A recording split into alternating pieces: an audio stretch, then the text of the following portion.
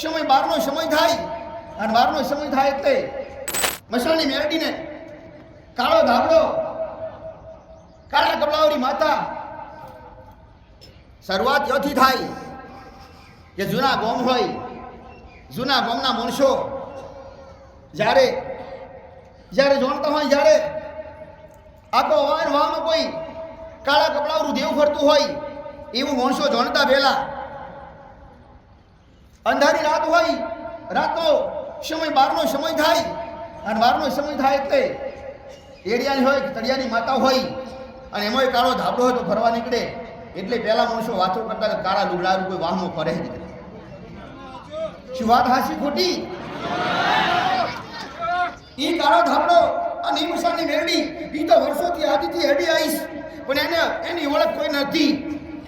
આ સુધી કોઈ ઓળખ પાડીએ નથી.